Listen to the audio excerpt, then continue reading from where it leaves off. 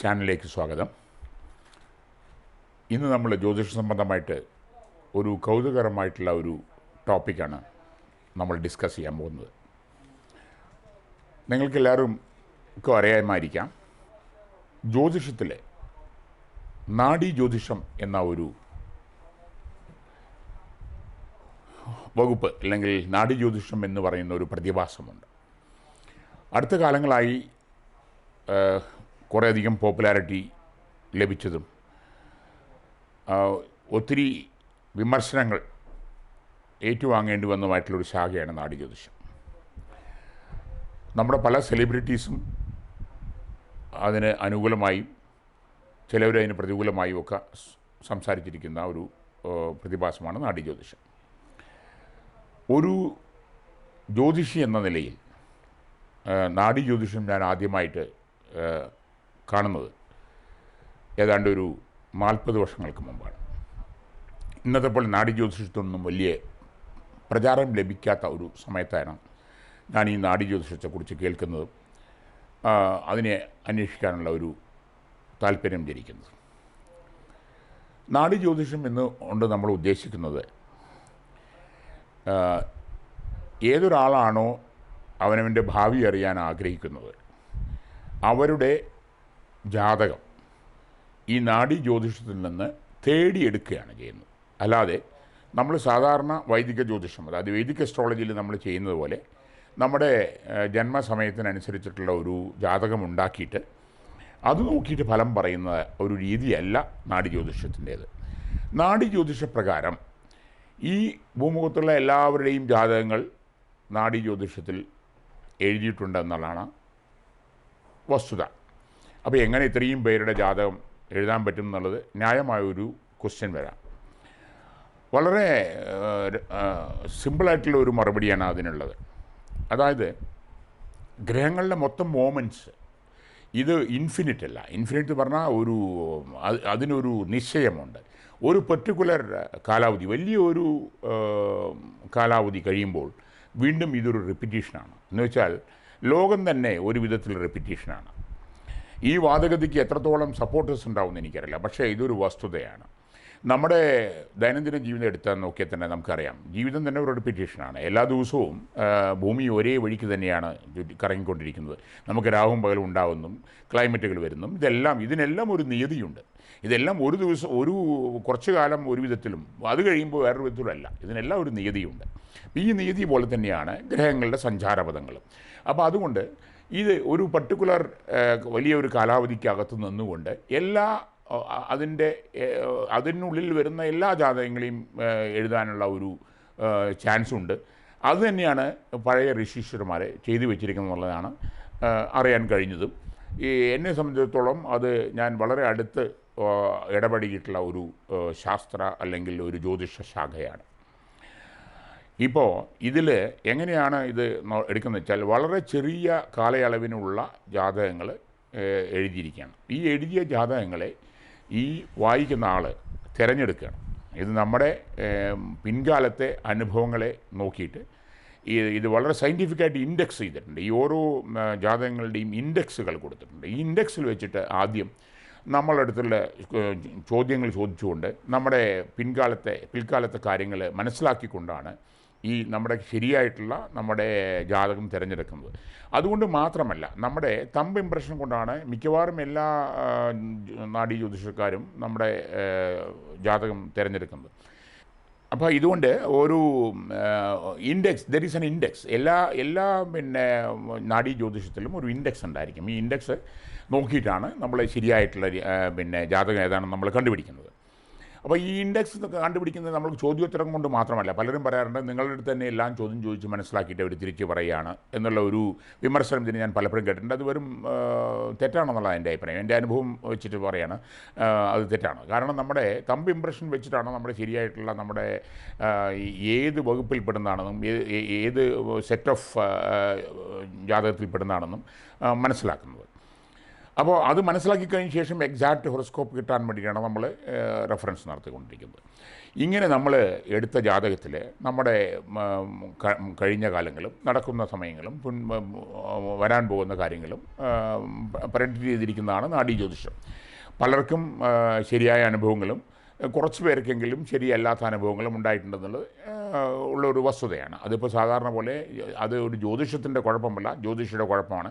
അപ്പോൾ നാഡി എഴുതിയിട്ടുള്ള ഋഷിമാർക്ക് കുഴപ്പമുണ്ടോ എന്ന് ചോദിച്ചിട്ടുണ്ടെങ്കിൽ അതിന് എനിക്ക് ആൻസർ ഇല്ല. പക്ഷേ സാധാരണ രീതിയിൽ നിങ്ങളുടെ ജാതകം തന്നെയാണ് ലഭിച്ചതെങ്കിൽ മിക്കവാറും എല്ലാ കാര്യങ്ങളും ശരിയായി വരുന്നുള്ളത് അനുഭവസിദ്ധമാണ്. എനിക്ക് തന്നെ അനുഭവസിദ്ധമാണ്. അത് മാത്രമല്ല, നമ്മുടെ പല സെലിബ്രിറ്റീസും, ഉദാഹരണത്തിന് നമുക്കറിയാം DGP അലക്സാണ്ടർ സാർ തന്നെ അദ്ദേഹത്തിൻ്റെ അനുഭവം അദ്ദേഹത്തിൻ്റെ ചാനലിൽ കൂടെ പങ്കുവച്ചിട്ടുണ്ട്. അങ്ങനെ പലരും, അങ്ങനെ ഒത്തിരി വലിയ മഹാത്മാക്കളൊക്കെല്ലാം നമ്മൾ ഇതുപോലെ പങ്കുവച്ചിട്ടുണ്ട്. അപ്പോൾ ഞാൻ പറഞ്ഞുകൊണ്ട് വരുന്നത് എന്താണെന്ന് വെച്ചാൽ, നാഡി ജ്യോതിഷം എന്നുകൊണ്ട് ഉദ്ദേശിക്കുന്നത് ആൾറെഡി എഴുതി വെച്ചിട്ടുള്ള ജാതകങ്ങളെ നമുക്കെടുത്ത് വായിച്ചു തരിക എന്നുള്ളതാണ്.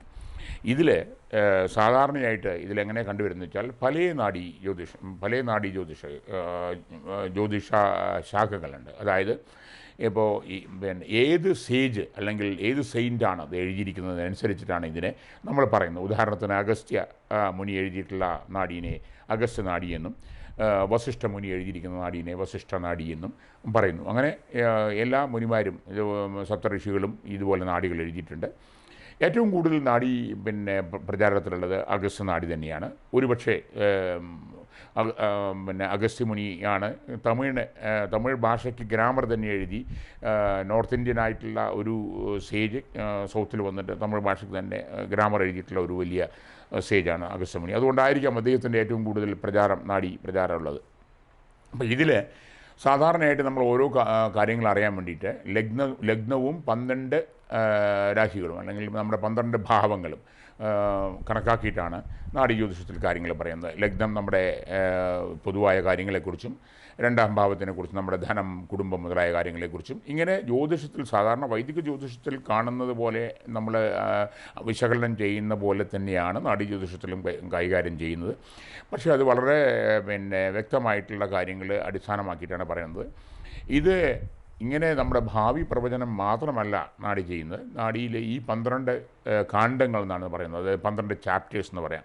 നമ്മുടെ ജീവിതത്തിലെ 12 ഭാഗമായിട്ട് ഭാഗിച്ചിരിക്കുകയാണ്. ഈ എല്ലാ കാര്യങ്ങളും, ജീവിതത്തിൻ്റെ എല്ലാ കാര്യങ്ങളും ഈ 12 കാര്യത്തിൽ വരും.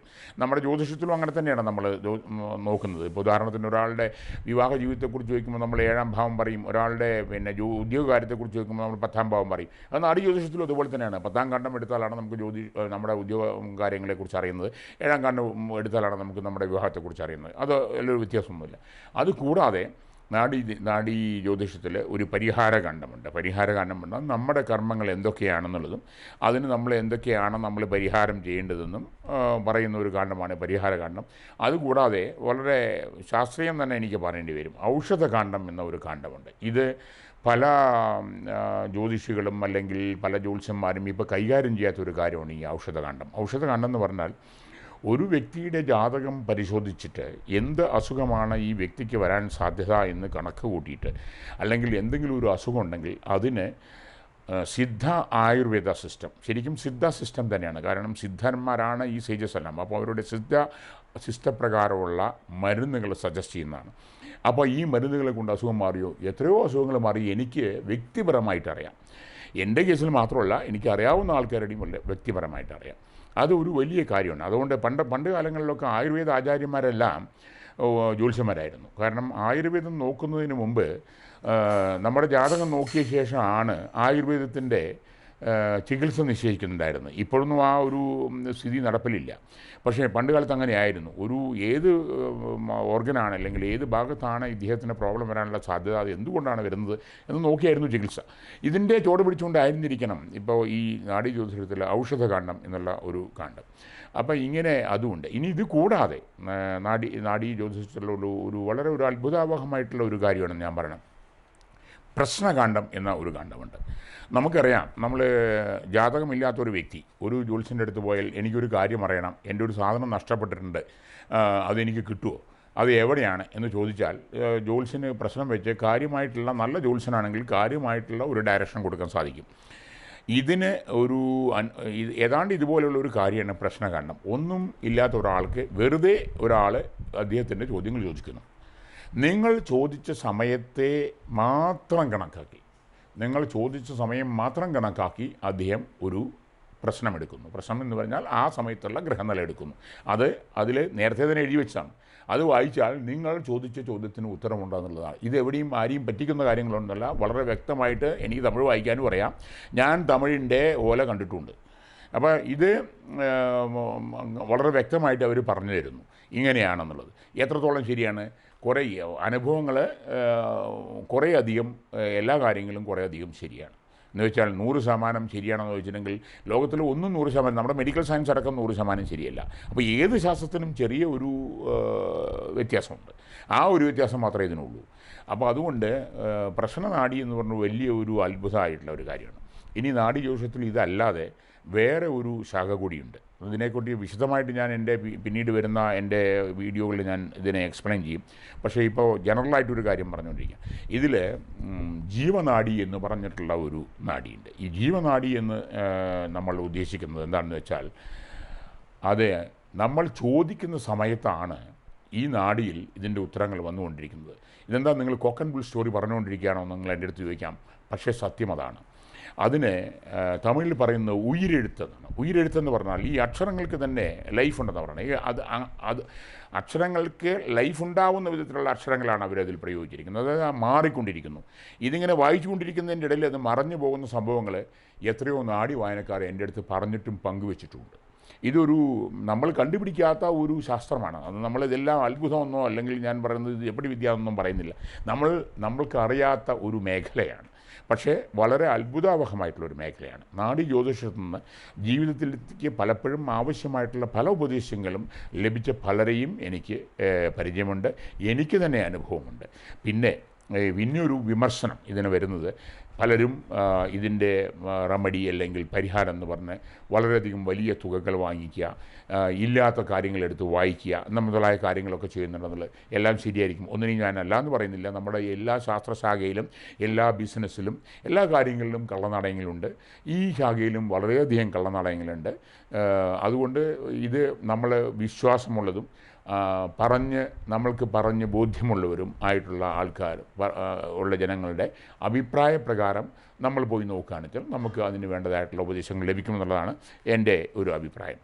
നാഡി ജ്യോതിഷത്തെക്കുറിച്ച് ഇത്രയെങ്കിലും പറയണമെന്ന് തോന്നിയത് എന്താണെന്ന് വെച്ചിട്ടുണ്ടെങ്കിൽ പല അനുഭവങ്ങളും നാഡി ജ്യോതിഷത്തിലുണ്ട്. എൻ്റെ വരും എപ്പിസോഡുകളിൽ എൻ്റെ പല അനുഭവങ്ങളും നിങ്ങളുമായിട്ട് ഞാൻ പങ്കുവയ്ക്കാം. പക്ഷേ നാഡി ജ്യോതിഷം എല്ലാ നാഡി ജ്യോതിഷവും ഒരു ഫ്രോഡല്ല. അങ്ങനെയുള്ള പല ആർട്ടിക്കിൾസും ഞാൻ ഇപ്പോൾ ഗൂഗിളിലൊക്കെ തപ്പുമ്പോൾ കാണുന്നുണ്ട്.